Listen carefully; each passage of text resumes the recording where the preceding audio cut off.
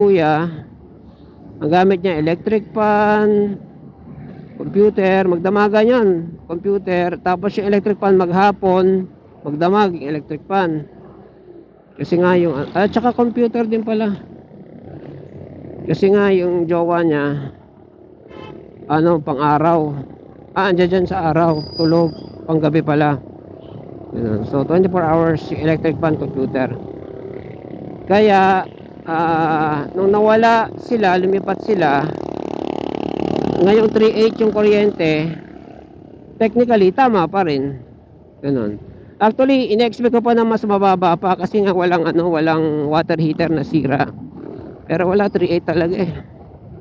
Wala naman ako naalalang nag-welding eh.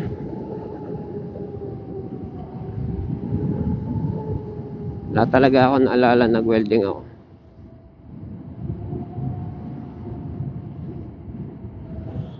So 3.8 charging ng keso. Ang lakas nito kasi yung charger, hindi ko pa naisasaksak dito naisasaksak ba? Kapag yung sinaksak ko yon, sasaksakan yung charger nito, nag-aano yung kuryente, yung ilaw, yung nagre-react, alam niyo yun, pag may sinaksak kang something na malakas sa kuryente, nagre-react yung ilaw, kumikindat. Oh, di ba ang lakas nun pag ganon?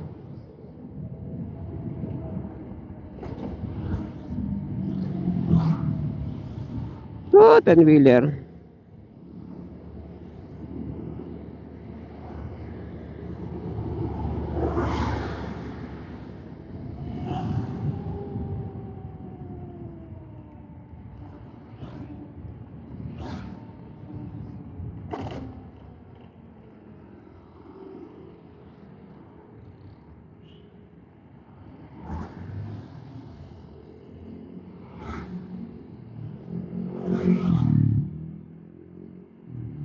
Blind spot. Whee! Yan, pupunta tayo ngayon doon sa may lagpas sa Boso-Boso. Kasi may nakita ako doon nagpa-fabricate ng design sa tag na ito, design sa terrace. Alam niyo yung nilalagay sa terrace, mga estatwa, ganyan. Basta yung pan-design sa mga bahay-bahay yayari sa semento. Kasi si Suki ko nahirapan maghanap ng anong tawag sa ganun, prefab na hollow blocks, semento prefab. Baka napapatulong sa akin, baka mamaya may makita ko ron kung kami kukuha. So magcha-charge muna tayo. Sabi ko na 79 eh. So that's 7 volts instead of 4 volts, 3 volts. Grabe, almost double. Hala, ang lakas niya sa kuryente pag naka-tres. Oh no. Oh no, talagang oh no.